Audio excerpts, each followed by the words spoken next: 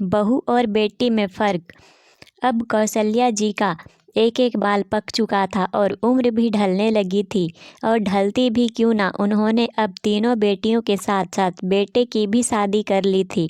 बात उस दिन की है जब उनकी बहू मायके से आई ही थी और साथ में एक प्लाजो कुर्ती का सेट लाई जो उनकी दुबली पतली बहू के ढीला था। साथ ही उनकी मंझली बेटी का 7वां महीना लग गया था और कौशल्या जी चाहती थी कि उनकी बेटियां मायके में आ जाए, जिससे उसे डिलीवरी के समय कोई भी परेशानी ना हो।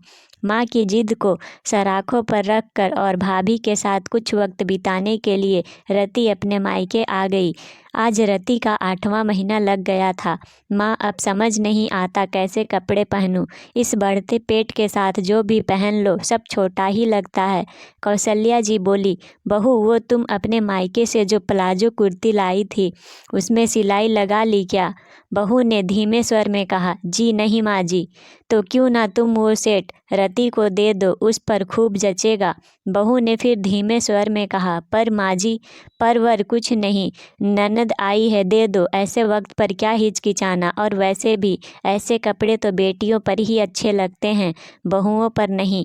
कौशल्या जी के यह शब्द उनकी बहू को ऐसे चुभे कि उनका सीना छल्ली छल्ली हो गया और उसने अपने सभी सूट व ड्रेसेस अपनी ननद रति को दे दिए। समय बीतता गया और वो दिन आया जिस दिन रति को प्रसव पीड़ा शुरू हो गई और उसने एक सुंदर बच्ची को जन्म दिया। इसी के साथ रति के ससुराल जाने का दिन आ गया और रति खुशी खुशी अपने ससुराल चली गई। और अब रति की बिटिया अब 1 महीने की हो गई थी और उसकी ननद भी रति की बेटी को देखने के लिए वहाँ आई थी। भाभी, यह प्लाजो कुर्ती तो बहुत सुंदर है, रति की ननद ने कहा। तो क्या हुआ रति, इसे अपनी ननद को दे दो, रति की सासू माँ ने कहा। तो अब रति ने चुपचाप वो सेट अपनी ननद को दे दिया और आज रति को याद आया कि कैसे वो अपनी भाभी की खुशी मार कर वो सेट लाई थी और उसकी भाभी को कैसा लगा होगा। तभी रति ने अपनी माँ को फ़ोन किया और समझाया कि माँ, भाभी भी किसी घर की बेटी है और आपको मुझ में और भाभी में कोई भेदभाव नहीं करना चाहिए।